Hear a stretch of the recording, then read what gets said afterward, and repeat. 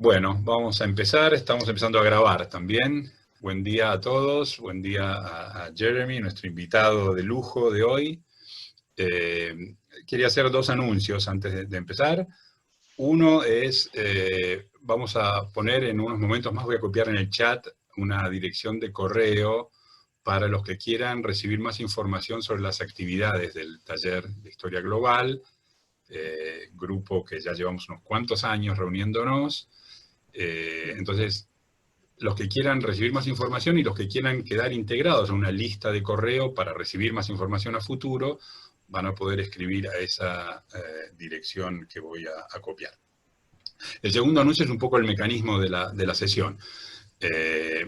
Vamos a darle la palabra a Jeremy en unos minutos, él va a hablar un ratito, y vamos a hacer primero una ronda de preguntas con los integrantes del taller y después una segunda vuelta más amplia para que todo el mundo pueda preguntar. Lo que sí pediría es que todos mantengamos cerrados los micrófonos y me pidan la palabra por el chat. Entonces yo voy armando una lista y voy cediéndole la palabra y en ese momento pueden abrir el micrófono y hacer su pregunta. Vamos a tener un tiempo limitado, vamos a terminar a las 12:30, entonces cuando se hagan las preguntas voy a pedir que sean breves, que sean concisas y no grandes, no un gran monólogo del que pregunta.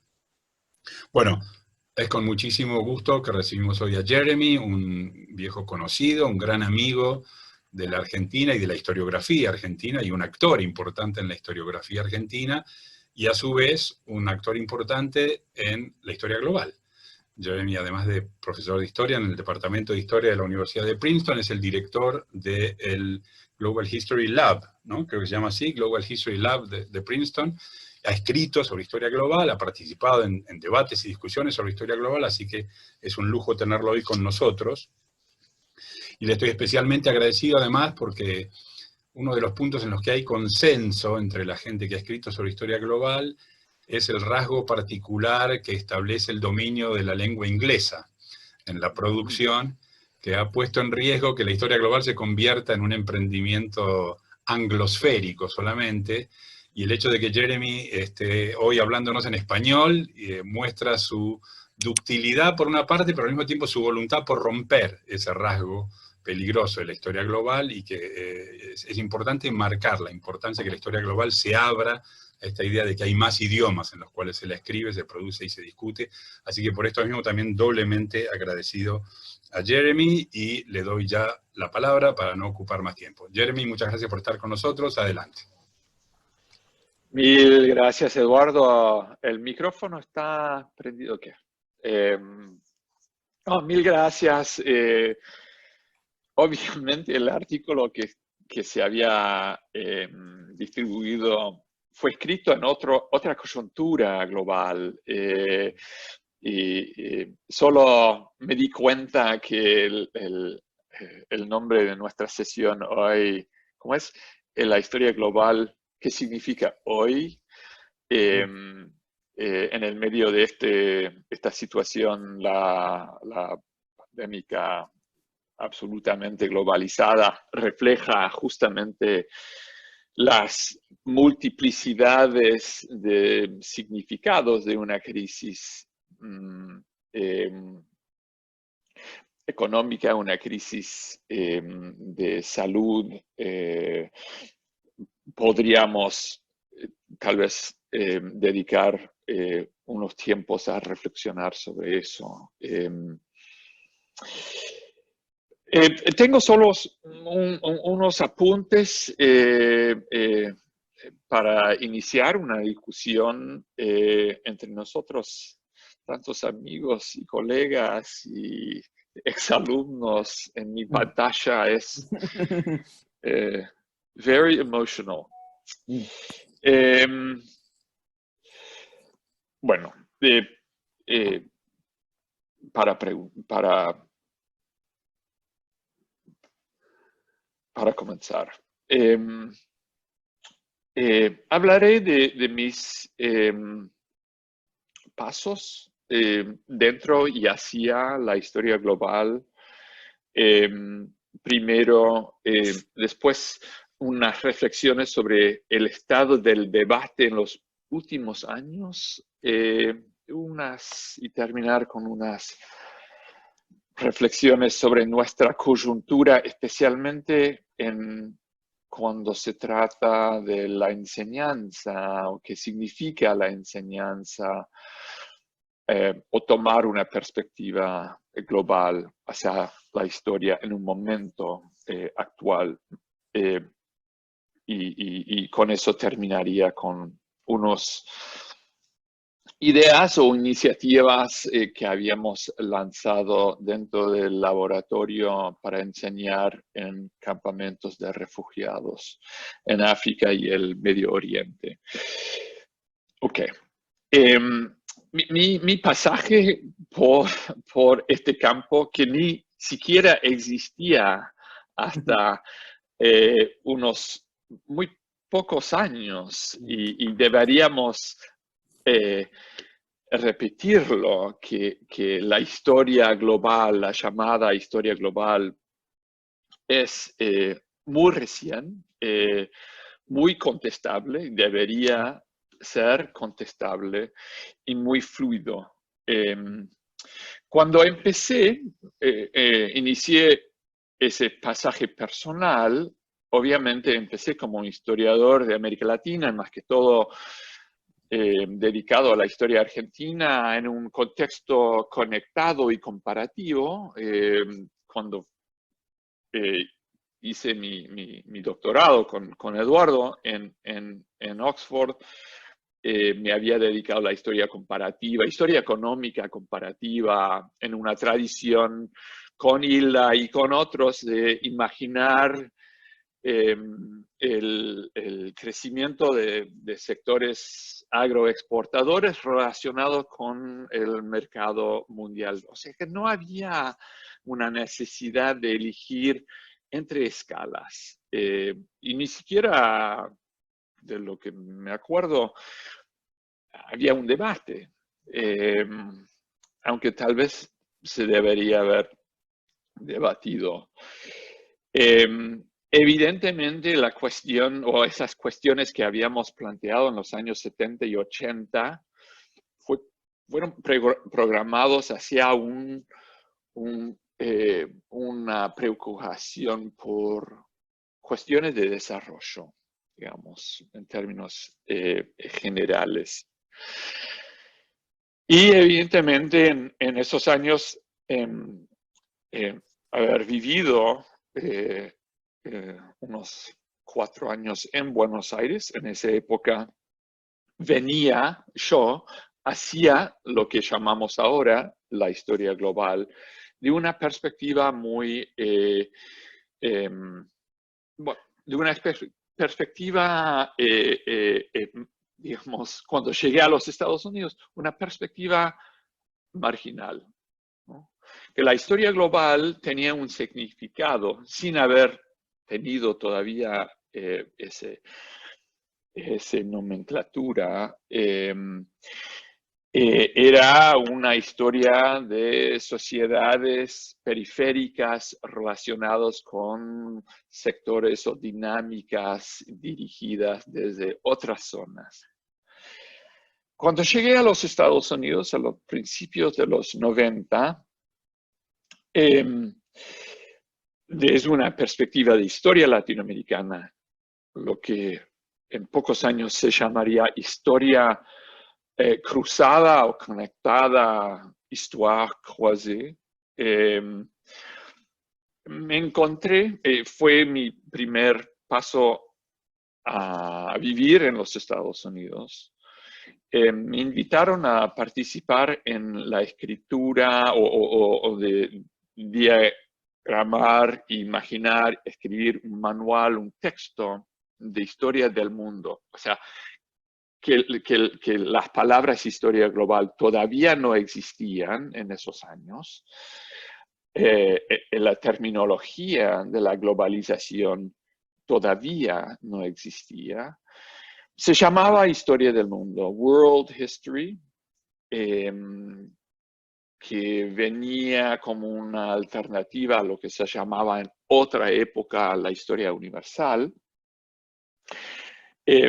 Nos acercaron un par de colegas editoriales para sacar un manual, un texto de historia del mundo que iba más allá de los textos dominantes en el mercado, que venían como historia del occidente, History of the West, o historia europea, con agregaciones de capítulos sobre la China, Asia, África, América Latina, como afterthoughts, ¿no? Para mundializar la historia del oeste, agregar capítulos sobre los restos. Entonces tenemos el West y el Rest, sumando en un tomo. Y nos habían invitado justamente a integrar o imaginar una narrativa más íntegra de lo que sería la historia del mundo. Nuestro código interno entre los autores de este manual, nos autobautizaron the Decenterers, para descentrar la narrativa tradicional del Rise of the West story. Bueno, ese fue mi primer reconocimiento de la existencia de un campo más general que venía como motivado justamente para descentralizar el mundo europeo, ¿no? Después se venía la creación de una revista, The Journal of Global History, en Londres. Uno de los fundadores del movimiento en Londres fue mi ex director de tesis, Patrick O'Brien, nombrado en el artículo porque en ese momento, en el año 2006, la presentación de la revista misma inauguró un paso hacia la formalización de la definición de ese campo, Global History. Se proliferó programas postdoctorales, paneles, un momento de euforia hasta inocencia de lo que se trata como historia global. Yo creo, con tres elementos claves y contextuales. Uno, que sería la relación no examinada entre la historia global y la globalización, y hasta unos dirían el neoliberalismo. Y podemos discutir esa relación no examinada. Sería la globalización, la crisis, y me gustaría oír sus reflexiones sobre esto, de lo que se llamaba en Inglaterra, los Estados Unidos, Canadá, incluso en América Latina y en Argentina, estudios regionales, Latin American Studies, African Studies, estudios del Medio Oeste, una crisis con múltiples niveles y escalas. Pero fue decisivo, yo creo, esa crisis un poco programó o definió los parámetros o el imaginario de estudios o historia global como una respuesta para resolver de un modo, y como Eduardo ya señaló, la cuestión idiomática, que pretendía resolver un problema de estudios regionales sin realmente resolverlo, ¿no? Entonces, globalización, una crisis de estudios regionales, especialmente en Europa y Norteamérica. Y tercer elemento contextual, en las ciencias sociales y las humanidades, un giro hacia la práctica de nuevas metodologías, que venía con sus propios códigos, palabras claves, flujos, migraciones, intercambios, que registraba precisamente la conectividad entre sociedades, países, naciones. Claro que eso venía de antes, pero aprovechó el momento, digamos, ese vocabulario aprovechó el momento para dinamizarse. Desde acá en los Estados Unidos, un caso realmente decisivo en la historia de las humanidades y las ciencias sociales es el lugar de la trata de esclavos. Podemos detenernos en el debate sobre la esclavitud, la cuestión racial en los Estados Unidos si les interesa, pero es un ejemplo de cómo este nuevo vocabulario realmente penetró el lenguaje de discusión metodológico y también sustantivo de lo que sería la historia.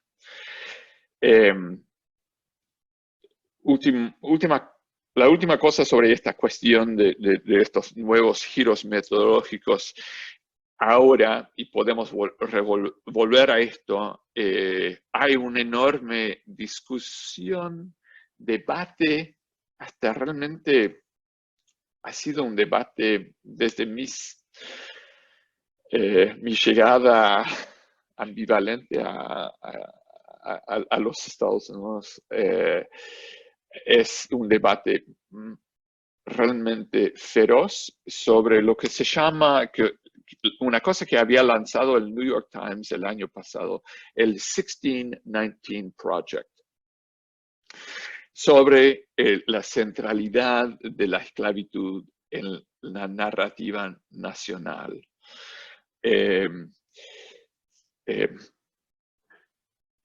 Ha sido muy profundo. Okay. Ese es el tercer elemento contextual que animó la dinámica en el momento del nacimiento del campo que buscaba su propia identidad. En la rápida maduración de historia global, ni siquiera con una adolescencia, habrá tres bases. Uno que sería buscar fórmulas de imaginar una historia premoderna y una historia moderna, más que todo modernista, que sería post-eurocéntrico. Podemos volver lo que significa eso si realmente llegamos a imaginar una historia post-eurocéntrico. Tengo mis dudas, pero al principio fue uno de los calling cards, ¿no? Uno de los señales básicos. Lo otro sería lo que Sebastian Conrad llama embedded processes, procesos embedded. Eduardo, ayúdame. Embedded, que sería procesos integrados. Y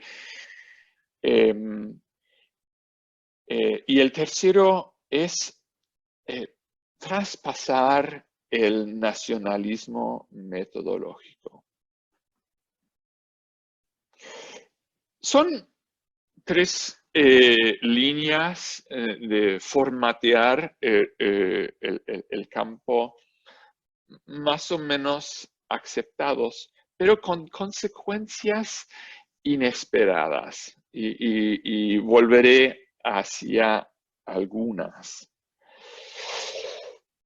En el ciclo acelerado del desarrollo del campo, en unos pocos años incluso había unos campeones imperialistas que querría realmente definir historia global como un campo imperial, que no solo superaba los campos llamados menores, sino que creaba la posibilidad de una nueva hasta hegemonía. Y cité un par de historiadores que podemos incluso discutir entre Lynn Hunt, una historiadora de la Revolución Francesa, David Armitage en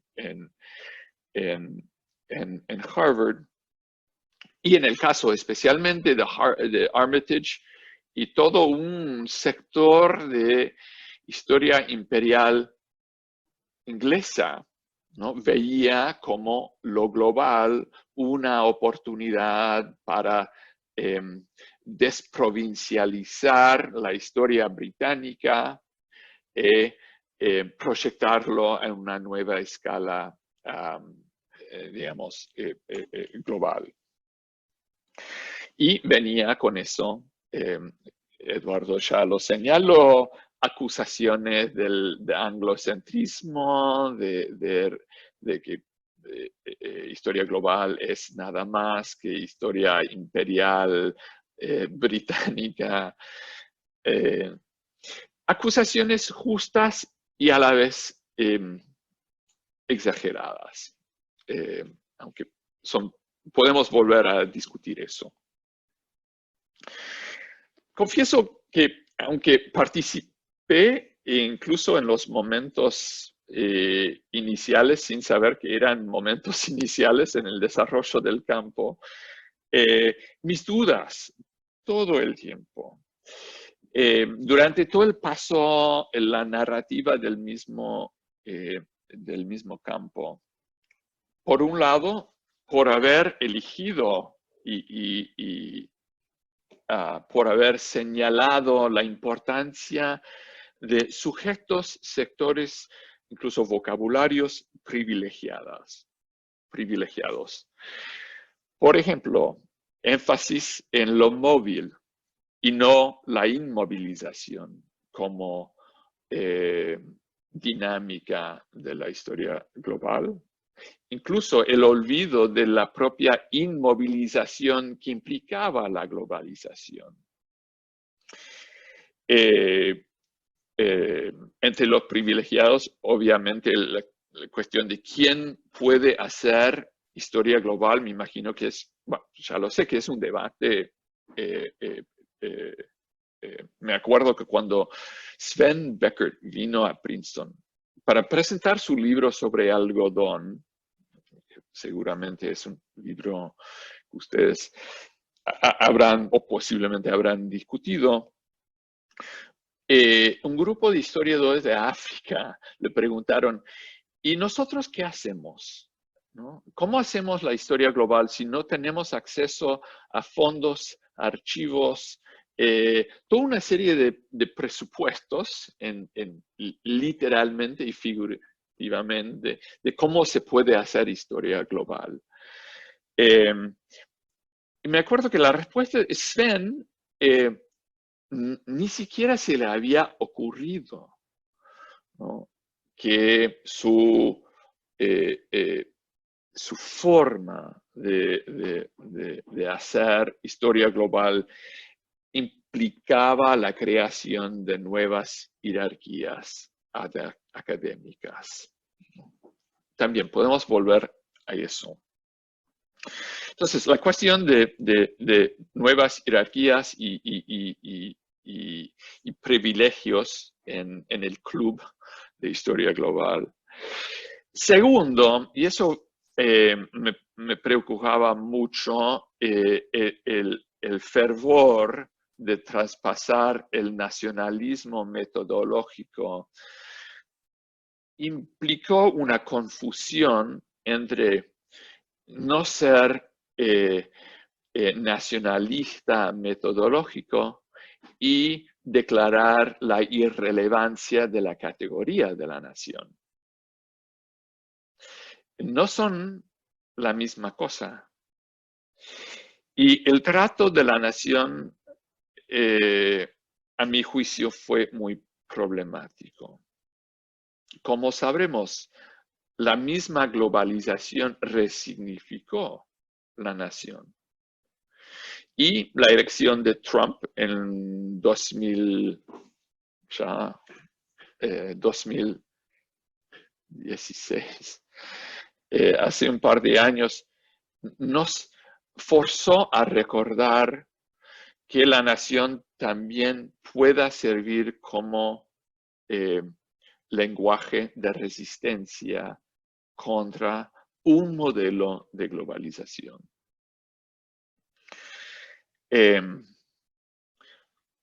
Eso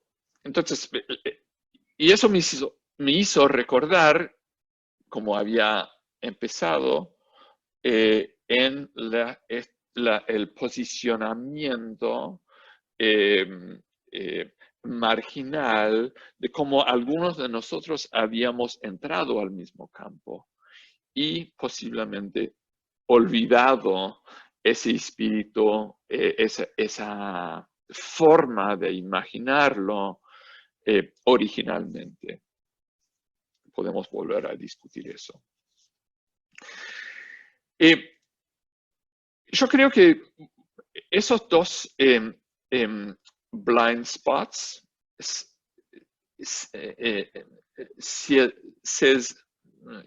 ¿cómo se dice blind spots? De ser Punto sesgo. ciego.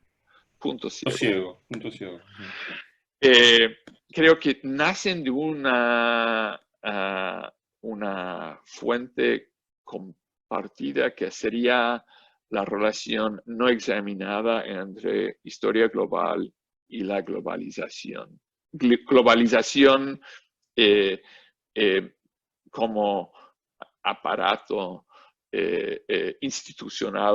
institucionalizado con el WTO, por ejemplo.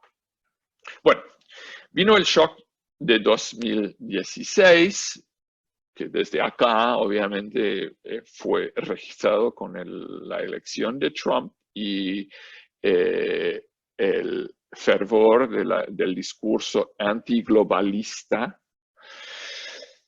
Me ofreció una oportunidad para abrir mis propias relaciones, mis sensaciones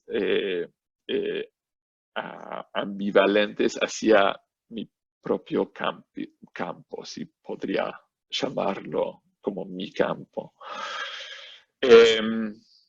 Y al repensarlo, reexaminar los assumptions, los presupuestos del campo mismo, me motivó a escribir este artículo. Dos puntos para terminar. Uno es sobre la recepción del artículo. En la revista que se publicó, que es una revista australiana, que no sabía yo, me habían invitado a escribir el artículo. Fue uno de los artículos más leídos de la revista, cosa muy extraña, ¿no? Porque es muy internalista, ¿no? Entre historiadores,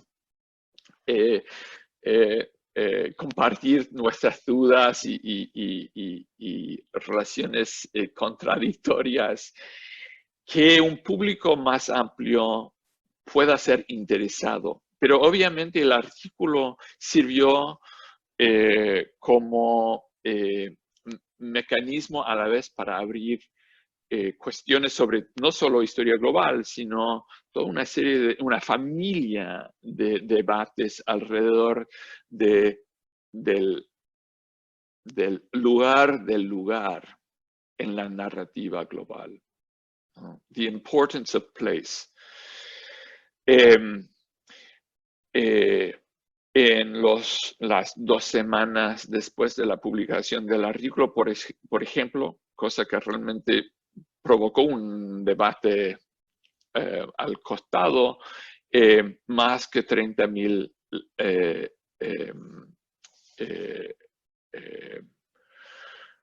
lectores en solo la India, ¿no? Donde no sabíamos que existía un debate paralelo sobre, y obviamente muy relacionado con lo que está pasando ahora en la India y la reinstalación de un nuevo modelo nacionalista con el gobierno de Modi. Acá en los Estados Unidos y en parte en Inglaterra, el debate, el artículo sirvió como punto de lanza, ¿no? Para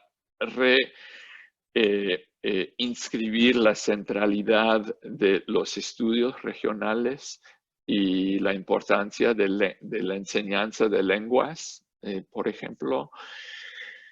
Y hasta en algunos casos, una cosa que me sorprendió mucho, una crítica hacia lo global, ¿no? Que por haber demostrado los límites y las contradicciones de la historia global, para unos sirvió para demostrar el agotamiento de la historia global como movimiento, que fue hasta una lectura muy, yo diría, motivada, ¿no? Que no fue mi intención. La recepción demostró incluso ya la existencia de cuestiones y muchas angustias frente a lo global, ¿no? Como una fuerza neoimperial, por ejemplo. Lo último, que durante todo ese paso experimentaba con la enseñanza online, ¿no? Que ni siquiera lo mencioné en el artículo, pero enseño un curso de historia global online con grupos de estudiantes en Europa, los Estados Unidos, África, el Medio Oriente, que a pesar de mis dudas y mis relaciones complicadas con el mismo campo, lo practico. Y una de las metas del curso es justamente invitar a los participantes y los estudiantes a discutir la multiplicidad de los significados de la experiencia de lo global, ¿no?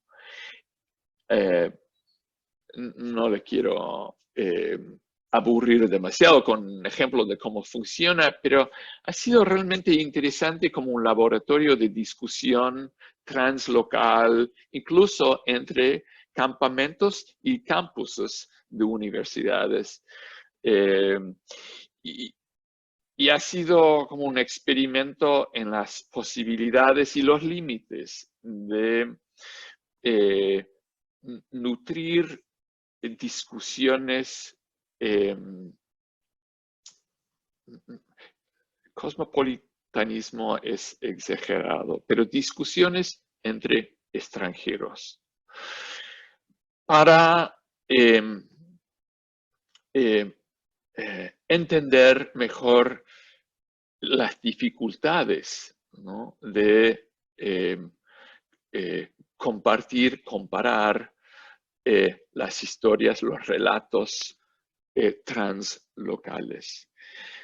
Y ha sido un experimento realmente, y estoy todavía pensando en qué significa esto, ¿no? Especialmente en un mundo tan polarizado, fragmentado, como crear espacios para discusiones entre jóvenes que ni siquiera no hablan el mismo idioma.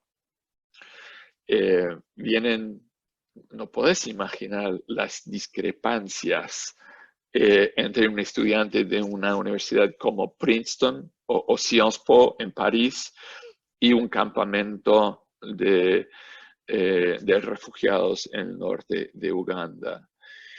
¿Cómo instalarlos conjuntamente en el mismo ámbito de debate? Ha sido una especie de experimento vivo en la historia de la creación de narrativas globales. Si les interesa, puedo seguir hablando de ese experimento, pero mi preocupación ahora justamente es hacia esa nueva frontera, donde hasta algunos lo llaman historia experimental, en la creación de nuevas narrativas globales. Y con eso termino. Mil gracias. Y perdón mi español, ha sido tantos años que no hablo español, me da vergüenza. Estuvo muy, muy bien tu español. Bueno, mientras recibo pedidos de preguntas, avanzo yo con algunas cosas. Si te parece, te vamos pasando 3, 4 preguntas y así vamos ganando tiempo, contestás después todas juntas si te interesa contestar algunas. Yo te quería hacer una que creo seguramente va a salir de alguien más, sino que es, tenés la ventaja de haber sido también un latinoamericanista. Entonces quería preguntarte por cómo ves desde América Latina la historia global en 2 sentidos. Uno, la manera en la que la experiencia histórica latinoamericana fue construida por fuerzas globales y se ofrece entonces algo particular desde ese punto de vista. Y 2, desde la historiografía. ¿Qué te parece que son los campos, los puntos, los temas, las áreas de desarrollo en la historiografía latinoamericana que se acercan, encajan o pueden estar más vinculadas a esto? Tengo ya 2 pedidos más. Agrego una sola cosa más y paso ya a la cantidad de manos que se están levantando. En el artículo mencionás el libro de Lynn Hunt y esta idea que ella y otros también han expresado en el sentido que la historia global podría tener, digamos, un carácter civilizatorio, llevarnos a un ideal de fomentar valores de cosmopolitanismo y tolerancia. Entonces, la pregunta es si eso suena a una inquietud muy noble, pero si al mismo tiempo no es perjudicial desde el punto de vista de generar expectativas demasiado altas, demasiado fuertes sobre lo que podría ser visto simplemente como un proceso de transformación dentro de un campo profesional, académico. Se le imputan ahora esta misión de contribuir a estas cosas, ¿no? Agrego ya a Cecilia Tosunian, y sigo con la lista. Cecilia, Juan Pablo, y después sumamos algunos más. Cecilia Tosunian, Juan Pablo Scarfi. Cecilia primero. Hola, bueno, gracias Jeremy por la presentación. Tengo una pregunta que en realidad está bastante relacionada con la de Eduardo y por eso alcé la mano rápido. Mientras que me parece que Eduardo te preguntó por el campo latinoamericano y la historiografía global desde el campo latinoamericano, a mí me gustaría saber tu opinión sobre por qué hay este cortocircuito entre la historia global y la historia latinoamericana desde el campo de lo global. O sea, ¿por qué les cuesta tanto? Hay tantos trabajos donde América Latina no aparece desde lugares muy periféricos, muy pasivos, y entonces me gustaría ver como la contracara de la pregunta de Eduardo, sobre todo porque creo que en América Latina se está haciendo mucha historia global, quizás más historia transnacional diría, pero hay muchísima efervescencia con estos temas, entonces quisiera ver por qué esos trabajos no se ven reflejados desde el otro lado, digamos. Gracias. Sumamos una más de Juan Pablo Scarfi. Sí. ¿Qué tal? Bueno, muy interesante toda la presentación y obviamente el texto que leí en su momento cuando salió. Yo tengo 2 preguntas, voy a tratar de ser breve. La primera es un poco acerca de lo que podríamos llamar la prehistoria de la historia global, o sea, de la que habla el artículo y también la presentación, que sería esta idea, bueno, la world history, la historia mundial de McNeill, digamos, toda esta tradición de The Rise of the West, pero también la tradición de la historia imperial británica, ¿no? La historiografía británica imperial, digamos, Gallagher y Robinson, y Chris Bailey, que es una figura central en la historia global, de algún modo es una figura de transición entre esa historia mundial, digamos, y la historia global, siendo un discípulo de Gallagher. Entonces mi pregunta un poco, en la sesión previa del taller nosotros tuvimos a Sebastián Conrad, que, digamos, que en su libro plantea un poco que la historia, de algún modo, que la historia global ha perdido una tensión, en desmedro de la cuestión de la conexión, ha perdido la tensión en el tema imperial, en el tema del poder, ¿no? Entonces yo quería preguntarte si en esa transición de la historia mundial y la historia imperial británica a la historia global vos ves digamos, un deterioro de la atención a lo imperial o al poder, digamos, al lugar del poder en la dominación internacional, en el sistema internacional, o de algún modo crees que esa historia británica imperial tenía una tensión mayor hacia el poder, digamos, tenía una preocupación mayor también en el caso de Maclean, ¿no? Y gente como Gallagher y Robinson y el propio Bailey, digamos, que de algún modo se formó en esa tradición, aunque es una gran figura. Y la segunda pregunta, que es sobre América Latina y la historia global, trato también de ser breve. Bueno, ahí Cecilia y Eduardo comenzaban con la pregunta de esa cuestión. Yo ahí tenía una pregunta y es un poco en relación con el planteo del artículo, digamos, donde vos tratás de enfatizar esta idea de que la historia global digamos, nacido, digamos, con el auge del énfasis en la conexión, la integración, sobre todo, vos enfatizás, ¿no? Y la convergencia, digamos, y ha dejado de lado, digamos, la cuestión de la desconexión, digamos, la fragilidad, la desintegración. A mí me gusta mucho la palabra fragmentación que usa Ian Hardy, que recuperan Osterhammel y Peterson, ¿no? O sea, que me parece que es una palabra interesante quizás para pensar América Latina. Entonces, en esa relación de América Latina en la historia global, digamos, y pensando la historia global de América Latina, que entiendo que quizás es un proyecto que está en tu agenda, quería preguntar si vos ves a América Latina como una unidad fragmentada, si la ves como una unidad fragmentada, desintegrada, o la pensás con claros oscuros de integración y desintegración, digamos. Conexión y desconexión, fragmentación e integración. Y por último, el lugar ahí, dentro de América Latina, de los Estados-naciones, ¿no? Si efectivamente, digamos, las historias nacionales también al interior de América Latina y subregionales tendrían claros oscuros en ese sentido, de integración y desintegración. ¿Cómo verías las historias nacionales en este registro de integración y desintegración? Y paro ahí. Hagamos, Jeremy, si quieres una ronda de respuestas y después te paso otra tanda. Hay muchas preguntas esperando, pero ya se sumaron unas cuantas cosas, me parece. Si quieres avanzar con esto, hacemos una segunda rueda. Ok.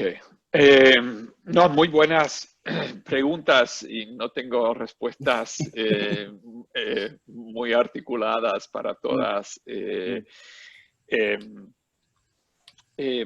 Para empezar, hay una familia de preguntas alrededor de la cuestión latinoamericana en la historia global. Que uno sería, ¿qué significaría una perspectiva latinoamericana de lo global? La contrapartida sería el significado de la perspectiva latinoamericana en la historia global, que no es la misma cosa.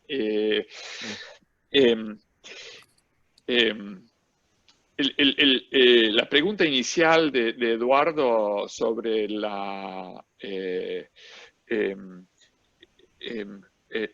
papel o el estatus posiblemente de perspectivas latinoamericanas sobre lo global. Creo que concuerdo y creo que incluso lo señalé en el artículo, que un costo de la imperialización de la historia global fue precisamente la subordinación de voces y historiografías alternativas.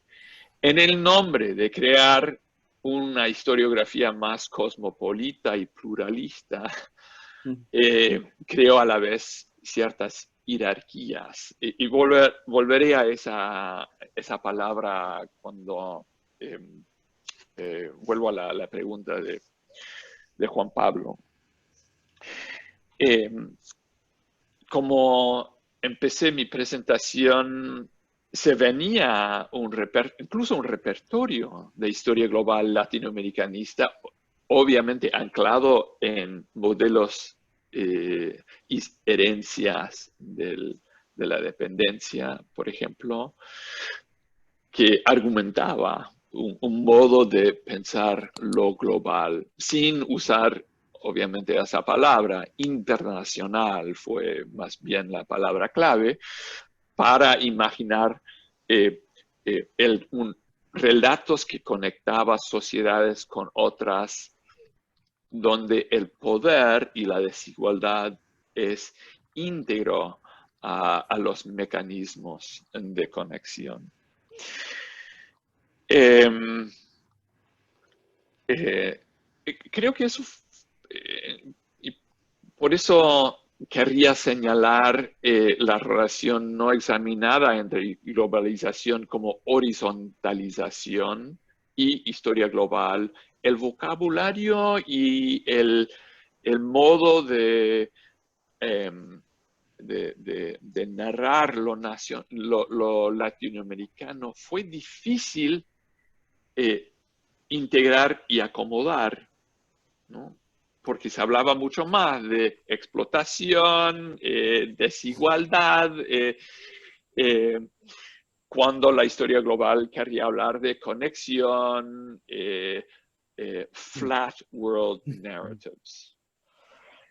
Creo que eso fue difícil acomodar perspectivas latinoamericanas al inicio mismo del relato sobre el Rise of the West. Fue aún más difícil hacerlo en términos globales, ¿no? Que se creó varios niveles de silenciamiento y marginalización de lo latinoamericano. Claro que en un momento, en los años 80, 90, cuando escribíamos, hablábamos de la formación, por ejemplo, de estados, entre nosotros una herencia importante, por ejemplo, de la obra de Tulio Alperín, la relación entre formación de Estado nacional y historia global eran como dos dinámicas realmente difícil encontrarlos. Si bien intenté hacerlo en mi segundo libro, Republic of Capital, ¿no? Cómo conectar la formación de un Estado, del Estado argentino, con procesos transatlánticos. Creo que en general esa idea no captó mucha energía en el campo de historia global. Y creo que eso contribuyó, es la segunda pregunta de Eduardo, contribuyó a la dificultad de resolver las historiografías latinoamericanas, por un lado, ocupado con nuevas historias de lo político, por ejemplo, con dinámicas globales. Obviamente un giro recién hacía que muchos de ustedes están implicados, ¿no? en debates sobre lo global, internacionalizar los circuitos de juristas. Estoy mirando a algunas caras que tengo acá en mi pantalla. Ha sido un modo de volver hacia eso, pero demoró mucho, casi 20 años, en nutrir esa discusión. En cuanto a Lynn Hunt,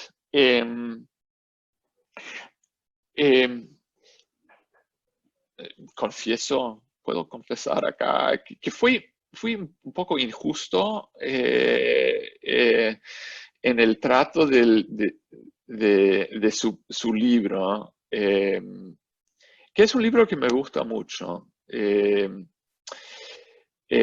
lo que ella buscaba, claro, desde la perspectiva de alguien que trabajaba más que todo sobre historia francesa, ¿no? Era un modo de hacer historia europea nueva,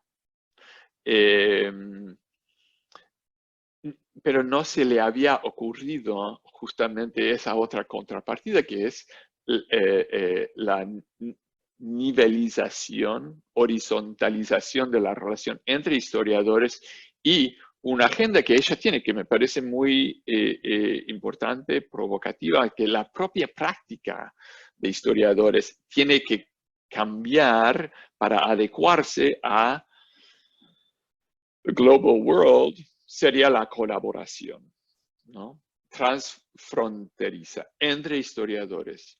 Y para hacerlo, deberíamos considerar el abandono de ciertas prácticas básicas hiperindividualistas entre historiadores. Me parece muy importante eso. Pero claro, como decía Eduardo, no sé si el libro mismo en sí creó expectativas, pero registró cierta inocencia de parte de los defensores del cosmopolitanismo en Europa y en los Estados Unidos. Por eso el shock del triunfo de Trump, ¿no? Que no veía la respuesta de los otros para sus propios relatos, su sensación de abandono, ¿no? Abandono causado en parte por el propio globalización y sus defensores cosmopolitas. Tal vez un poco demasiado crítico, pero ella demostró, un poco, dio luz a un gap, ¿no? entre un imaginario cosmopolita de historiadores en Los Ángeles, en Nueva York y París, Buenos Aires, y los olvidados. Para Cecilia, la brecha, ¿no? entre o el papel, el lugar de la historia latinoamericana y historia global. Hay un artículo muy lindo que seguramente habrán leído de Sergio, que me lo mandó hace una semana, que no sabía. Creo que ahí, Sergio, y si está, Sergio, estás en la pantalla, no en mi pantalla, tengo que pasar. Está ahí. Ahí está, ok. Bajo un nombre distinto. Okay. Sergio sabe más que yo cómo responder. A mi modo de ver, América Latina aparece en los relatos de historia global de una forma central al inicio, que es el efecto de 1492, ¿no? y el efecto del colonialismo en el desarrollo de los propios imperios europeos. Y Bolívar corta, o San Martín corta la relación entre lo global y lo latinoamericano, ¿no? En los, digamos, en el gran relato. América Latina sirve, es central, mientras que sirve un aparato globalizador. Cuando ya se abre una brecha, digamos el largo siglo XIX, América Latina desaparece. Y yo creo que eso refleja justamente los sesgos, presupuestos no examinados del propio campo de dar mucho más énfasis en lo conectado, lo integrado, y no la parte desintegrado. Y la desintegración, y ahí voy a lo de Juan Pablo, la desintegración como también una fuerza global, ¿no? No es un afterthought, no es que la desintegración sea lo que pasa cuando una sociedad no pueda integrarse, sino es es una propiedad central de la desintegración en sí.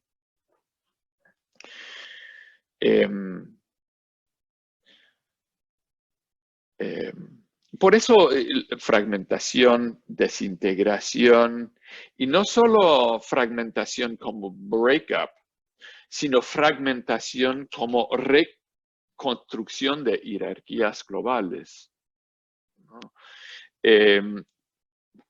Pueda tener dos valencias, en realidad, cuando hablamos de los fragmentos. Y concuerdo totalmente con vos. Digamos que esa relación no examinada con la globalización sacó la cuestión del poder de la ecuación en las narrativas. Con flat world narratives, la horizontalización con histoire, croisée, migración, se olvidó cuestiones de poder, concentración, desigualdad.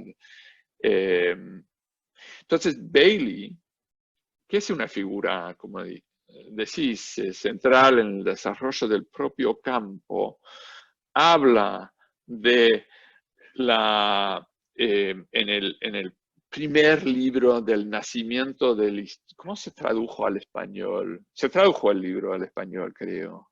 Sí, The Birth of the Modern World, el nacimiento del mundo moderno, habla de una dinámica contradictoria entre el isomorfismo entre sociedades y más complejidad dentro de sociedades, gracias a ese aparato integrador del mundo.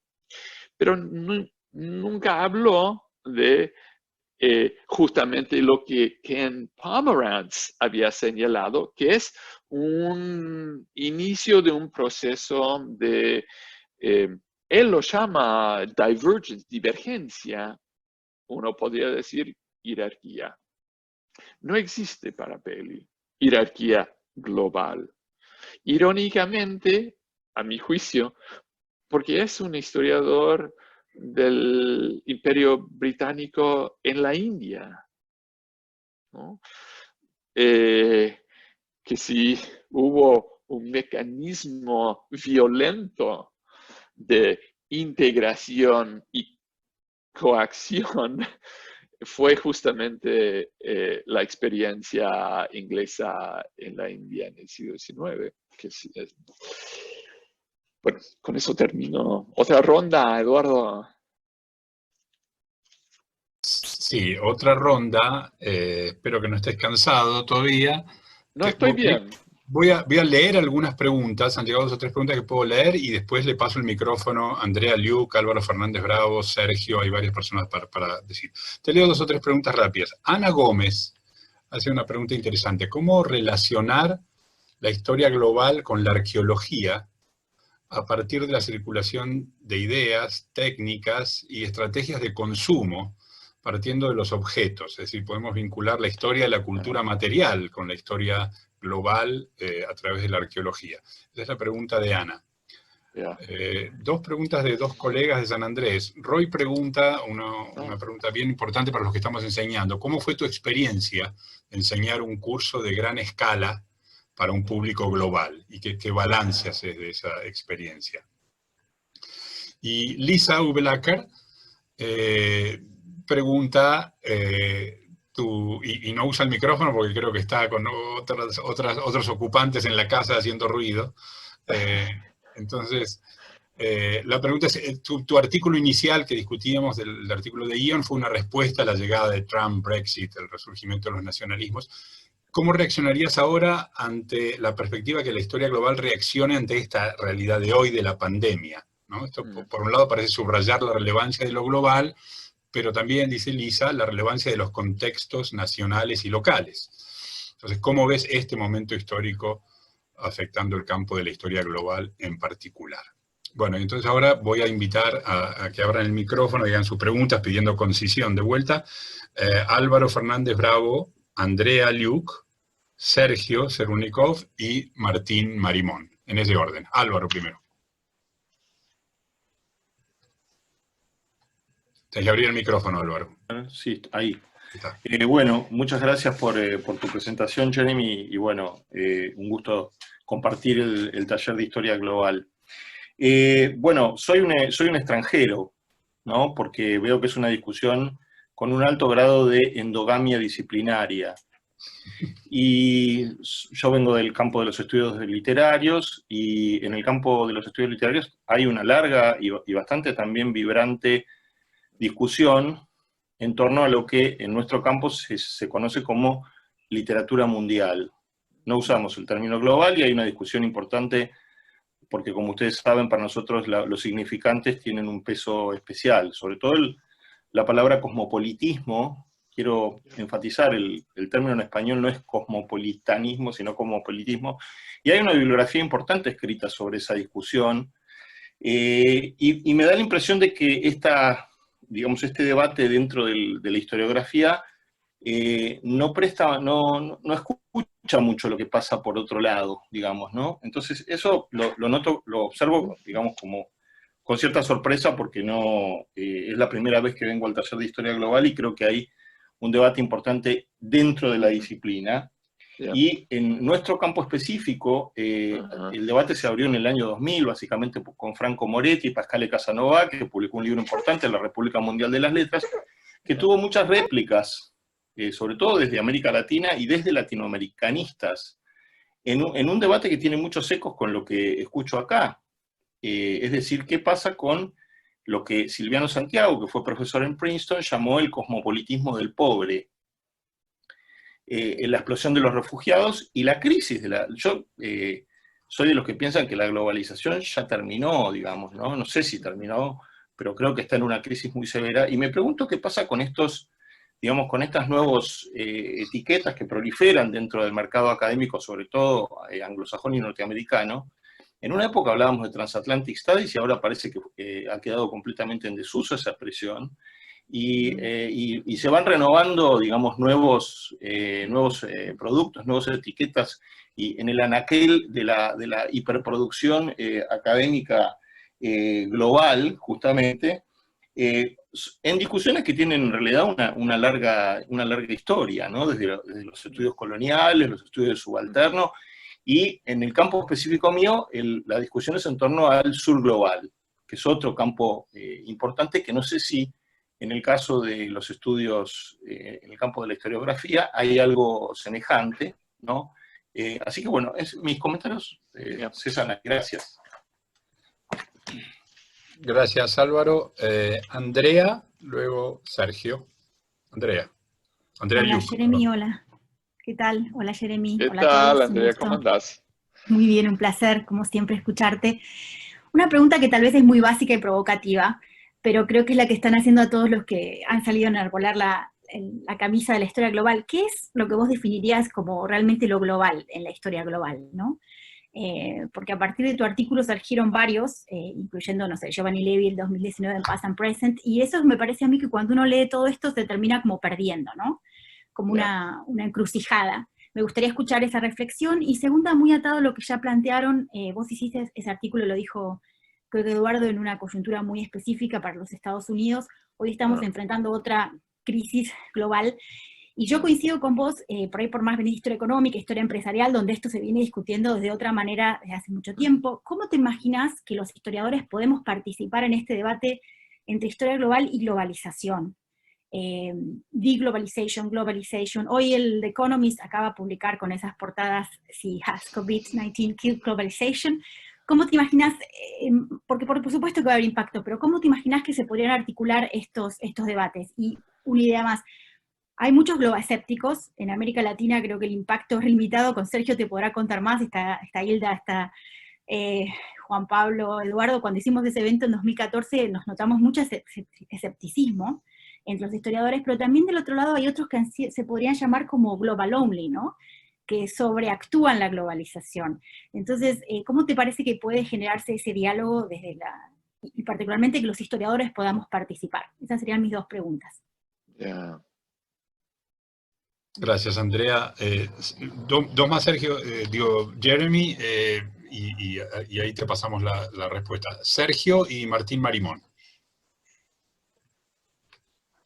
Hola, bueno, un gusto, como decían todos, perdón que se me desconectó. Un gusto escuchar a Jeremy, por supuesto. Una pregunta, Jeremy, un poco aprovechando que tenés dos sombreros, ¿no? Por un lado, el de latinoamericanista, digamos, duro y puro, ¿no? Que es historia de Latinoamérica, y por otro lado, bueno, historia global. Y la pregunta que me hago es la siguiente. Vos hablabas, bueno, de esta construcción de estas narrativas integrales, ¿no? De la historia del mundo, basados en la idea de, bueno, de desprovincializar Europa y demás, de romper con el eurocentrismo, pero de este campo, digamos, cada vez más floreciente de historias integrales, historias se llaman las universales, como sea, bajo el gran paraguas de la historia global, ¿verdad? Mi pregunta es la siguiente, digamos, nuevamente, aprovechando tu experiencia en ambos campos, ¿qué es lo que vos creés que aportan de nuevo esas historias integrales a la historia latinoamericana, ¿no? Pienso en lo siguiente, existieron por supuesto antes historias integrales, digamos, para llamarla así, estilo Brodel, estilo Wallerstein, estilo, no sé, economía institucional, Hobsbawm mismo, y uno puede gustarle más una u otra, pero evidentemente tenían cierta relevancia para como nosotros pensamos del continente, digamos, ¿no? Pero me pregunto si estas nuevas historias integrales, globales, a tu juicio, digamos, aportan una nueva perspectiva sobre la historia latinoamericana en estos términos, ¿cuál sería? Gracias, Sergio. Bueno, Martín, la última. Martín Marimón. Bueno, hola Jeremy, hola a todos. Y un poco repito, iba a hacer dos preguntas, pero la primera es casi lo mismo que preguntó Sergio, porque hace poco había leído su artículo y eso, ¿qué aporta la historia? O sea, no pensar qué aporta Latinoamérica a lo global, sino al revés, qué aporta lo global a Latinoamérica, si no fue siempre globalista la historia latinoamericana en su propia concepción del objeto histórico, o si es como dijo Andrea, o hay una cierta también rechazo, casi diría antiimperialista, a la historia global que viene desde el norte a enseñarnos que nuestro continente está interrelacionado, que es lo que siempre pensamos sobre nuestro continente. Y la otra más puntual, que había mencionado Eduardo en su introducción, en su primera intervención, que sobre estas conversaciones en el campamento de refugiados, digamos, ¿no? Me dio mucha curiosidad, y vos mismo, Jeremy, habías planteado que había una cierta ingenuidad en pensar que hay una especie de esfera pública habermasiana entre una persona en un campamento de refugiados y un historiador de la Ivy League. Me interesa en concreto qué temas se han discutido, o sea, qué tipo de conversación efectivamente hubo. También pensando en lo que dijo Eduardo, si no es exigirle demasiado a un campo disciplinar que sea parte de un proyecto emancipador tan grande. Entonces, si en concreto hay alguna conversación digna de que nos cuentes, tampoco quiero sacarle tiempo a la audiencia con esto, pero alguna conversación sobre algún tema que haya surgido. Gracias. Muchas gracias, Martín. Bueno, Jeremy, adelante, muchas cosas. Podés compactar, resumir y tomar las que te parezca. Gracias. Ya, ok. Y a la vez tratar de descifrar mi propia letra cuando tome apuntes. Sí, hay familias de preguntas acá. Para empezar, para Ana Gómez, cómo configurar la historia material, la historia de los objetos, en el caso, por ejemplo, de la relación entre historia global y la arqueología, bueno, uno, tal vez un paso obvio que sabrás, que sería la arqueología como un campo globalizado desde sus principios, ¿no? Y la relación, por ejemplo, entre arqueología y la formación de imperios en el siglo XIX, o sea que habrá una historia intelectual global del propio campo de arqueología y del significado que proyectamos hacia los objetos en circulación, apropiación, robo, etcétera. Y hay bastante investigación sobre eso, que entonces sería la historia intelectual de la propia relación entre lo global y la arqueología. Y el otro es también la historia material de la circulación de los objetos y la creación, el mise en valeur de los propios objetos. Mise en valeur y el valor íntegro de los propios objetos gracias a su circulación. Cómo la circulación significa, valoriza estos objetos y la selección de estos objetos. Me parece que ahí hay posibilidades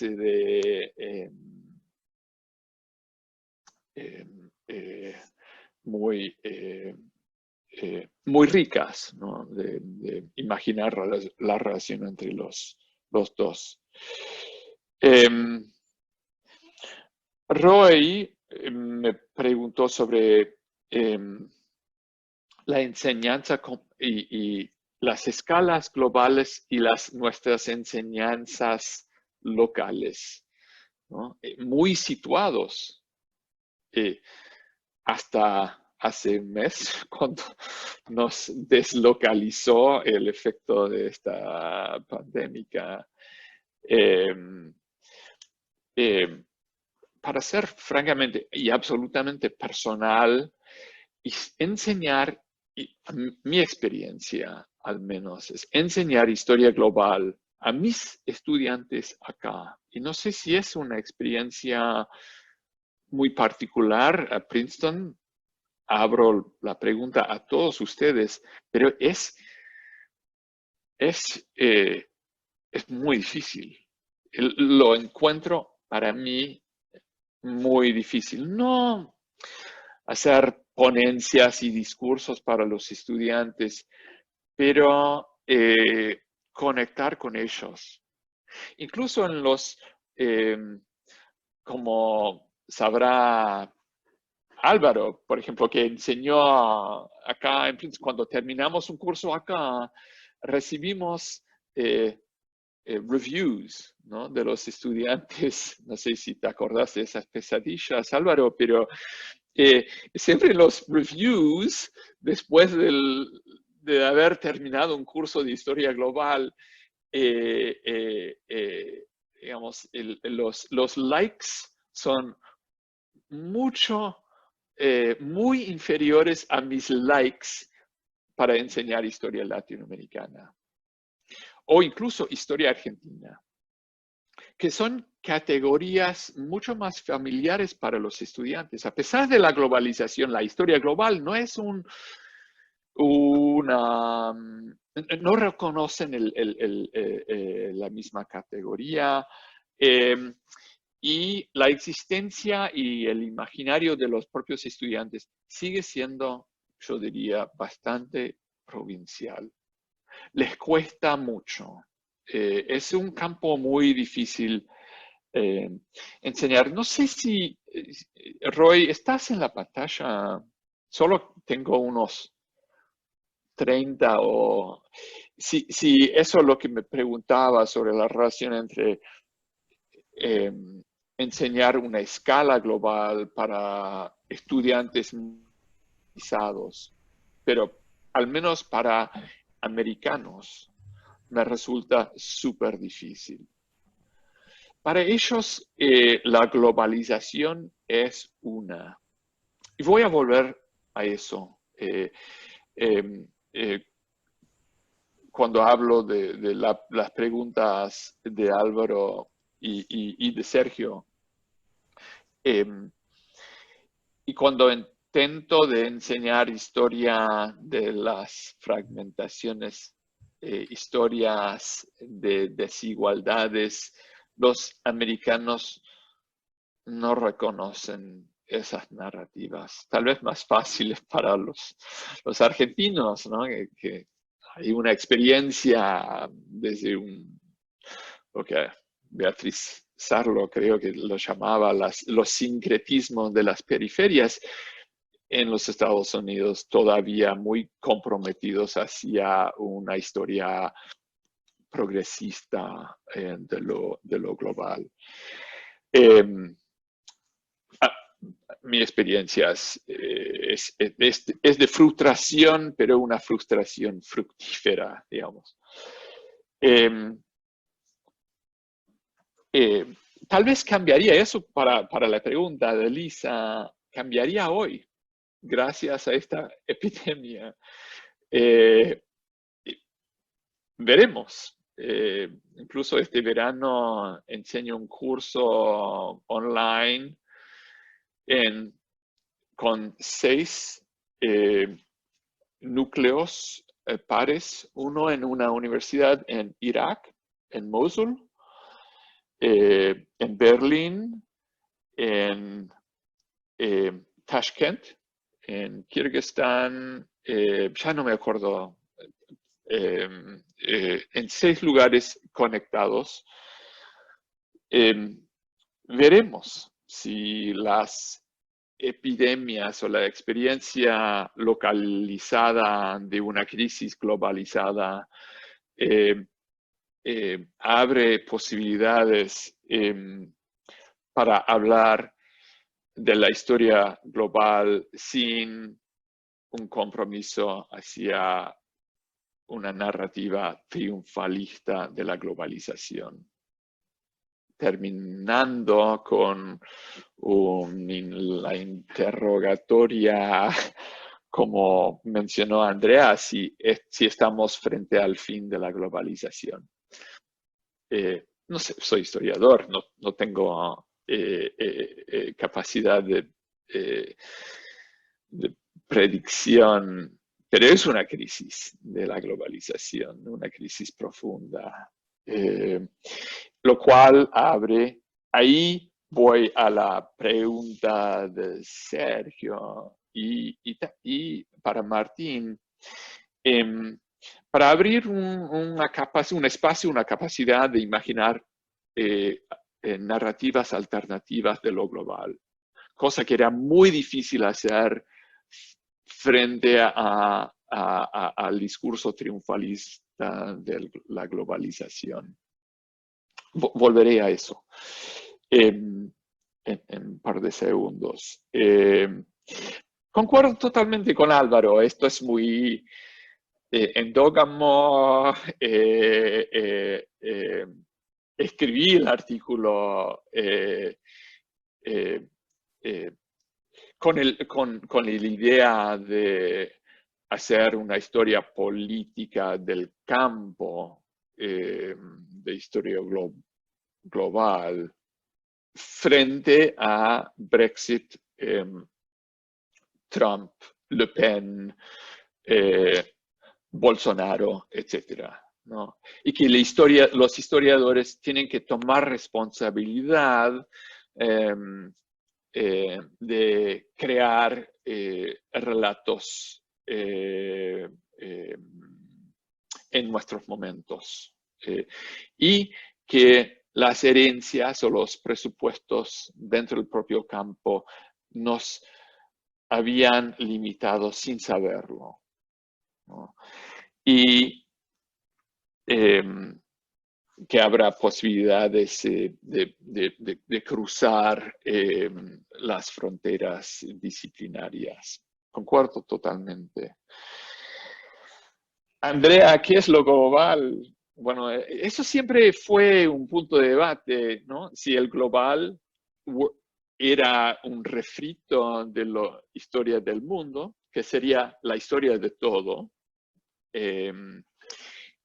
Y como seguramente lo habrán discutido con Sebastián, y creo que Sebastián lo articula muy bien. No es lo mismo, la historia global no es la historia del planeta, aunque a veces se escala hacia lo planetario, pero es una nueva estrategia de entender procesos y sujetos implicados en los procesos elegidos.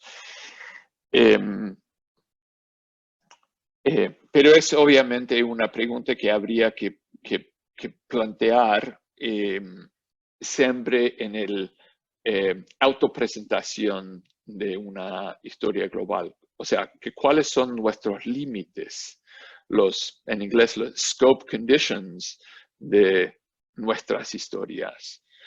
Y creo que Sebastián lo dice muy bien, que la historia global nos forza a ser mucho más consciente de eso, ¿no? Incluso forza a los que siguen siendo comprometidos hacia el nacionalismo metodológicos de confesar sus propios límites, ¿no? Que, por ejemplo, toda historia de inclusión es a la vez una historia de exclusión, ¿no? Porque hablamos de fronteras, por ejemplo, de ciudadanía. Bueno, no hace falta entre ustedes recordarnos de esto, pero la posición de Sebastián es de ser mucho más la globalización de nuestros aparatos nos forza a ser mucho más, tal vez, confesionales a nuestros límites y reconocerlos. Aunque lo global siempre fue pretexto de ignorar límites. Tiene las dos dinámicas simultáneas. Pero en nuestro momento, y esto es tal vez lo de Roy y de Martín, ¿qué es hacer historia global en el medio de una pandemia y qué posición toman o qué es la voz de un historiador o un global historian en este momento como participante? En eso, bueno, frase a esta crisis, creo que es, bueno, una respuesta sería aprovechar la propia crisis, que no es solo una crisis de salud y de biomedicalización de la crisis, sino es una crisis de las narrativas, ¿no?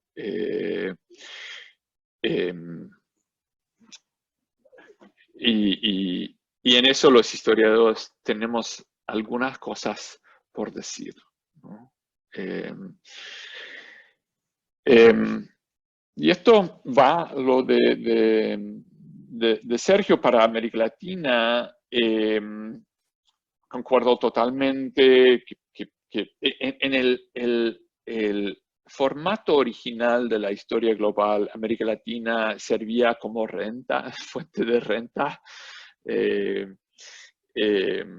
rentas del suelo, si puedo usar un anacronismo de otra época, veo la cara de Hilda ahí. No, contribuyendo a la formación del capitalismo occidental, ¿no?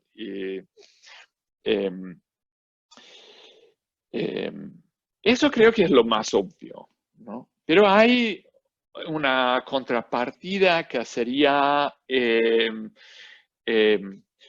América Latina o países latinoamericanos como laboratorios de experiencias alternativas y no siempre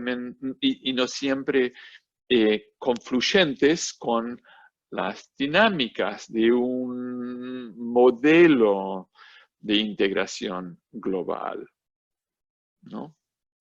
Que, por ejemplo, experimentos con el populismo estilo latinoamericano, el ejemplo de Perón, para hablar de uno muy relevante para nosotros, es un experimento en otro modelo de imaginar una sociedad en el mundo, ¿no? Es decir, que la nación, para volver a una categoría que habíamos hablado antes, y las valencias y los sentidos de la nación son efectos globales, incluso abre posibilidad de crear fuerzas contraglobalizadoras como una historia global. No sé si me explico claramente, pero en el relato tradicional de los pasos modernizadores de la historia global, América Latina desaparece en los momentos en que sus experiencias locales y regionales no refuerzan un relato eurocéntrico, americacéntrico y en el Flat World Narrative de los años post-89. Creo que la crisis actual abre la posibilidad de imaginar la proliferación siempre de alternativas, muchas silenciadas en la obra de los propios historiadores, como un mismo proceso global, ¿no?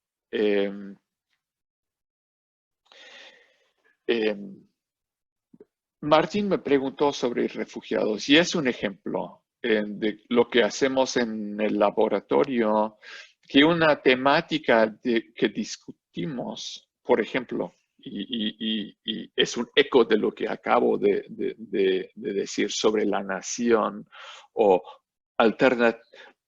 imaginaciones nacionalistas alternativos, es a la vez lo que discutimos mucho en el curso con refugiados, es la historia de, ayúdame con esta palabra, statelessness, que lo saco de Hannah Arendt, que estar sin Estado, Eduardo, ayúdame.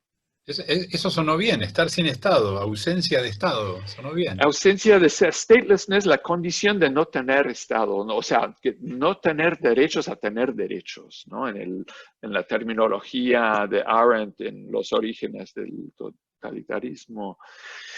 Y en el curso que hacemos de Historia del Mundo, es decir, que siempre la formación de estados imperiales y nacionales y estados transnacionales o instituciones internacionales siempre tiene una contrapartida que es la construcción de poblaciones o sectores sin estados. Entonces, cuando trabajamos en los campamentos, es un hilo conductor del curso, es crear un espacio en el cual los propios refugiados reflexionan históricamente sobre su propia condición. No como un efecto accidental de la globalización, sino como sujetos que saben algo sobre la experiencia de una historia íntegra de la globalización, que sería en el caso de los del Sudán o de Siria, que son las poblaciones con las cuales trabajamos más que todo, que la crisis del Estado de Siria es una crisis global, ¿no? Y que los refugiados en los campamentos en Cisjordania tienen algo que decir sobre la historia, no solo de su crisis, pero su crisis como una crisis de un sistema global. Bueno, con eso termino. Es decir, que la historia moderna es la historia, incluye la historia de, digamos, olvidados, marginalizados, resignados a vivir en campamentos. Y eso cambia la historia, ¿no? Y la experiencia de tratar de combinar estudiantes de Princeton o de París con refugiados es para que los estudiantes de París y Princeton aprendan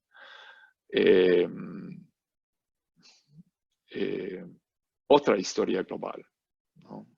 A través de sus intercambios con los chicos de Siria. Bueno, Jeremy, esa creo que es una gran nota para cerrar.